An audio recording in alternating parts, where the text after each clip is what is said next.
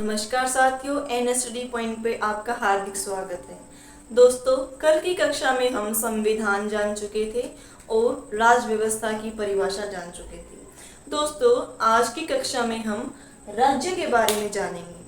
हम राज्य के बारे में इसलिए पढ़ रहे हैं क्योंकि आने वाली क्लासेस में हमें हर जगह राज्य वर्ड यूज होता हुआ दिखाई देगा। तो इससे अच्छा है कि पहले हम राज्य को समझ लेते हैं कि राज्य है क्या। ठीक है दोस्तों, आम बोलचाल की भाषा में जिसे हम राज्य कहते हैं, जो सरकार है, जिसे देश कहते हैं, इसको थोड़ा सा हम समझ लेते हैं कि राज्य है क्या एक्चुअल में। आप एग्जाम्पल के लिए ऐसे समझ सकते हैं दोस्तों कि भारत एक राज्य है, लेकिन राजस्थान, हरियाणा, पंजाब, गुजरात ये राज्य नहीं है। आपने एक इंसान का नाम सुना होगा, बाबा नित्यानंद, जो भारत से भगोड़े हैं। उन्होंने क्या है, भारत से भागकर एक खुद का देश बना लिया। उस देश का नाम क्या है दोस्तों? कैलाशा देश। क्या कोई ऐसा देश बना सकता है क्या? देश बनाना इतना आसान है, क्या इसको हम राज्य कह सकते हैं? अरे स्वाभाविक सी बात है दोस्तों, हमारे मन में चलो आज आ गई कि ये मेरा घर है, मुझे इसमें मैं खुद प्रधानमंत्री हूँ, मैंने अपनी वाइफ को क्या बना दिया, राष्ट्रपति बना दिया, और इसके बच्चों को क्या बना दिया, मंत्री पद दिलवा दिया। अब क्या यार, हमारे घर में तो हमारी ही सरकार चलेगी। कैसे चलता है क्या देश? इतना आसान है चलाना देश। हम इसको क्या है, थोड़ा ब्रीफ में समझते हैं दोस्तों, क्योंकि हम और आप एक डेमोक्रेटिक कंट्री में रहते हैं दोस्तों। भारत में ही नहीं बल्कि जो मनुष्य मानव सभ्यता का विकास धीरे धीरे हुआ ना, तो ये चैलेंजेस तभी भी थे कि राज्य क्या है, क्योंकि मनुष्य पैदाइशी नोमैड पैदा हुआ है। इसका मतलब क्या है कि वो जंगलों में विचरण करने वाला व्यक्ति था। उसको तो ये तक नहीं पता था दोस्तों कि सोशलाइज कैसे होना है, सिविलाइज होना क्या होता है। उसने धीरे धीरे अपनी जरूरतों के हिसाब से दोस्तों फसलें पैदा करनी सीखी, पशु पालना शुरू किया, और क्या है, धीरे धीरे अपनी जरूरतों के हिसाब से उसने क्या है, विकास क्रम आगे बढ़ाया दोस्तों। अब क्या है दोस्तों, आगे क्या होता है फिर? अब क्या है, उन्होंने एक साथ रहना शुरू किया तो उसके परिवार के लोग, उसके आसपास के लोग एक जगह पर एकत्रित होकर रहने लगे। अब उसके मन में दोस्तों सुरक्षा का भाव पैदा होने लगा। तो उसके मन में डर भी तो होना चाहिए ना। अज्ञात लोगों के प्रति उसके मन में दोस्तों डर पैदा हो गया कि कोई बाहर का व्यक्ति आकर हमारे ऊपर अटैक न कर दे। इसलिए उसने दोस्तों अपने परिवार के सदस्यों और आसपास के सदस्यों के साथ मिलकर टेरिटरी बनाना शुरू कर दिया। राज्य बना कैसे था, मैं उसका इतिहास बता रही हूँ थोड़ा सा, कि लोगों ने क्या है, अपनी टेरिटरी बनाना शुरू कर दिया। अब उसको कोई डर नहीं है कि बाहर से कोई व्यक्ति आकर आक्रमण कर देगा, क्योंकि उसने अपनी सुरक्षा का प्रतिबंध अच्छी तरह कर लिया था।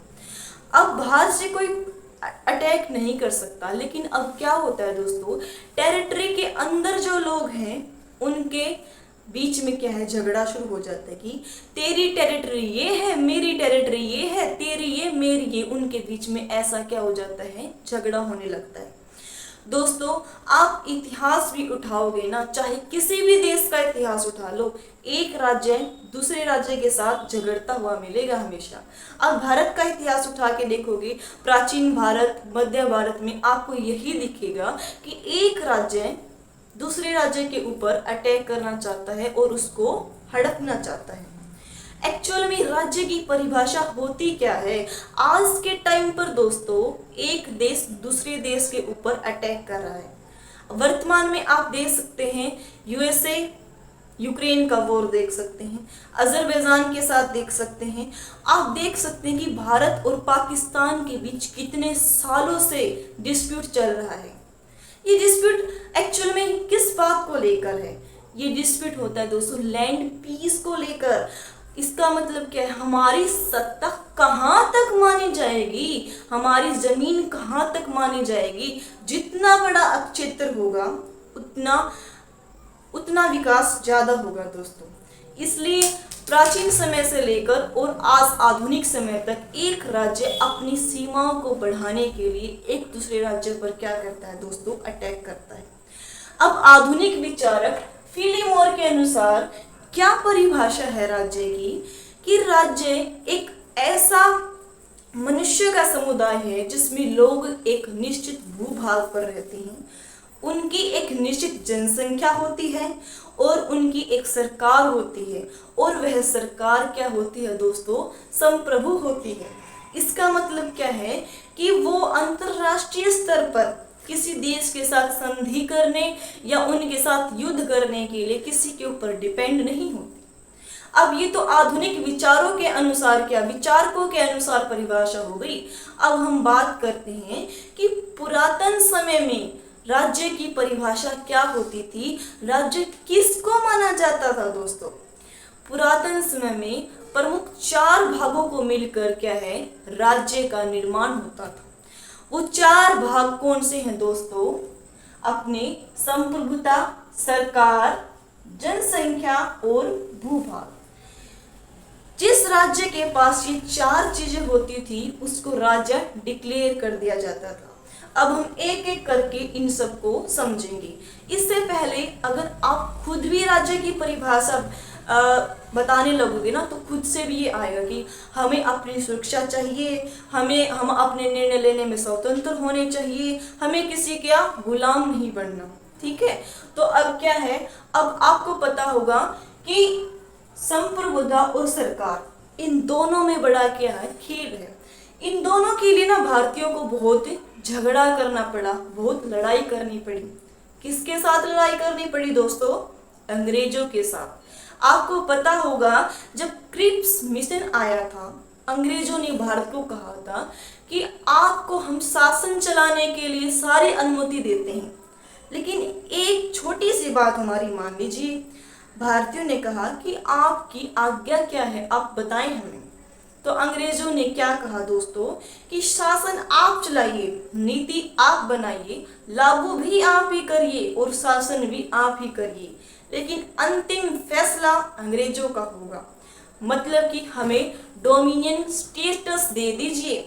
भारत ने कहा निकलो यहाँ से, अभी के अभी निकलो, भारत छोड़ो आंदोलन।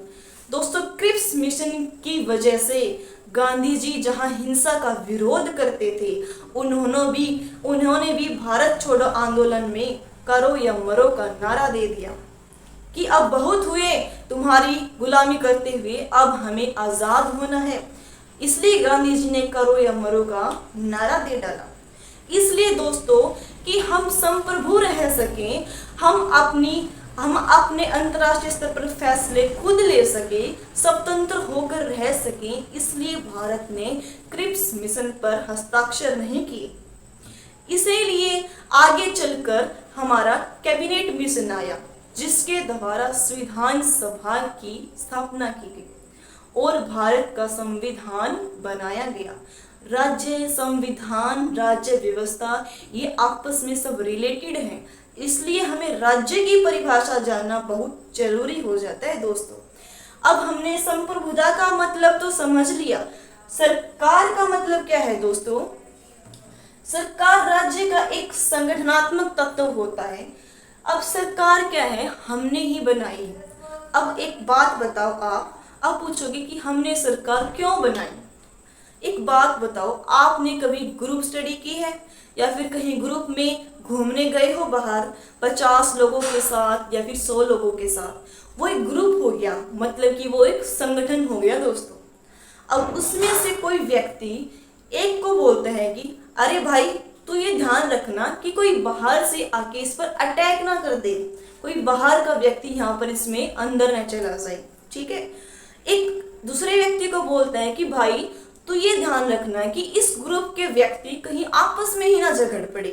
कुछ समझे इसका मतलब। अगर आप ये राज्य के रूप में समझोगे, जो बाहर की देखभाल रखता है उसको बोलते हैं हम रक्षा मंत्री। जो उसके पास क्या होती है दोस्तों, आर्मी फोर्सेस होती है उसके पास। और जो अंदर का ध्यान रखता है कि अंदर झगड़ा नहीं होना चाहिए, तो दोस्तों वो क्या होता है, हमारा गृह मंत्री, जो अंदर का हिस्सा संभालता है। ठीक है। अब हम ट्रिप पर जा रहे हैं, हमें पैसों की भी जरूरत होती है, तो एक को बोलता है कि भाई साहब तू इन सब से ना पैसे इकट्ठे कर ले, और इन सब का पैसों का ना बिल्कुल एक एग्जैक्ट ब्यौरा बना के रखना है, एक एक पैसे का हिसाब रखना है। इसका मतलब समझे, वो क्या हो गया दोस्तों, वित्त मंत्री। अच्छा सर, हमारे मन में एक सवाल पैदा हो रहा है, ये जो ये सबको समझा रहा है कि तू ये कर ले, तू ये कर ले, तू ये कर ले, ये है कौन? ये कौन है दोस्तों? प्रधानमंत्री। अच्छा, फिर जनता क्या करेगी सर? फिर अंग्रेजी शासन में और भारतीय शासन में डिफरेंस यहीं से पता चलता है दोस्तों हमें, कि अंग्रेज अपने अपने अपने आप शासन चलाते थे, अपने मत से शासन चलाते थे, वो जनता से नहीं पूछते थे। आज़ादी का मतलब ही क्या है कि जनता के द्वारा ही सरकार चुनी जाती थी, जनता के लिए, जनता के द्वारा चुनी जाती थी सरकार। यही फर्क है अंग्रेजी शासन और भारतीय शासन में। अंग्रेजी शासन में जनता का कोई रोल नहीं था, उन्हें तो कठपुतली की तरह हिलाया जाता था। लेकिन जब भारत आज़ाद हुआ तो सबसे पहले भारत ने लोकतंत्र को अपनाया कि यहाँ पर जनता का शासन होगा। आप समझे? अब इसलिए हमने किसका निर्माण किया दोस्तों? सरकार का निर्माण किया। अब तीसरे नंबर पर आती है जनसंख्या। एक आदर्श राज्य की जनसंख्या कितनी होनी चाहिए? प्राचीन विचारक है हमारे प्लेटो, इनके अनुसार, इनकी बुक है द रिपब्लिक, इसमें इन्होंने बताया है कि एक आदर्श राज्य में 5040 जनसंख्या होनी चाहिए। वो आज के टाइम पर बहुत ज़्यादा भी हो सकती है, हमारे अनुसार हो सकती है कि जनसंख्या तो चाहे कम हो चाहे ज़्यादा, लेकिन पैसा होना चाहिए, तभी तो देश बनेगा। लेकिन अरस्तु ने क्या कहा कि जनसंख्या कितनी होनी चाहिए एक आदर्श राज्य की? 10,000। ये प्राचीन समय की थी, लेकिन आज के टाइम पर इतनी जनसंख्या का होना नामुमकिन है। इससे तो बहुत ज़्यादा गुना, कई लाखों में, करोड़ों में जनसंख्या पाई जाती है दोस्तों। उसके बाद आता है एक निश्चित भूभाग होना चाहिए, मतलब उस राज्य की टेरिटरी डिफाइन कर देनी चाहिए कि यहाँ तक हमारी टेरिटरी है, इसके बाहर या इसके अंदर किसी ने अटैक किया तो हमारे खिलाफ, हम उनके खिलाफ क्या करेंगे? एक्शन लेंगे। अब भूभाग क्या है दोस्तों? जो अपने पुराने विचारक हैं उनके अनुसार भूभाग कितना होना चाहिए? छोटा क्षेत्र होना चाहिए, ताकि उस पर शासन करना बहुत आसान हो जाए। लेकिन दोस्तों आज आप खुद भी सोच सके हैं कि आज प्रेजेंट में क्या छोटे राज्य विकास कर रहे हैं? जैसे नित्यानंद बाबा कैलासा देश बना चुके हैं, क्या वो विकास कर रहा है? क्या श्रीलंका जैसा देश विकास कर रहा है? तो आप सोच सकते हैं कि आज के टाइम पर कम क्षेत्र होना देशों के लिए क्या हो चुका है दोस्तों? हानिकारक हो चुका है, क्योंकि अगर उसका छोटा क्षेत्र होगा तो वो आर्थिक और जैविक दृष्टि से आत्मनिर्भर नहीं हो सकता। इसलिए क्षेत्र बड़ा होना चाहिए ताकि उसकी फोर्स भी ज़्यादा हो, उसका आर्थिक विकास भी ज़्यादा हो और वह आर्थिक और जैविक दृष्टि से आत्मनिर्भर बन सके। मैं आशा करती हूँ कि आपको राज्य की परिभाषा अच्छे से समझ में आई होगी। राज्य के तत्व कितने होते हैं दोस्तों? 4 हमने कंप्लीट कर लिए हैं, जो संप्रभुता, सरकार, जनसंख्या और भूभाग। भारतीय राज्य भी एक क्या है? संप्रभु राज्य है। हमारी भी एक सरकार है, हमारी निश्चित जनसंख्या है और हमारा निश्चित भूभाग है। आज की कक्षा में हम राज्य की परिभाषा जान चुके हैं। आशा करती हूँ कि आपको यह परिभाषा समझ में आई होगी। और राज्य हमने इसलिए समझा दोस्तों क्योंकि आगे आने वाली हर कक्षा में ये वर्ड यूज होता। जब तक आपको इस वर्ड का पता नहीं होगा तो आप क्या है, आगे नहीं बढ़ सकते। इसलिए आपको ये समझना बहुत जरूरी था। आपसे आशा करती हूँ कि आपको ये वीडियो समझ में आई होगी, और अगर अच्छी लगे तो लाइक, शेयर, सब्सक्राइब करना न भूलें। धन्यवाद दोस्तों।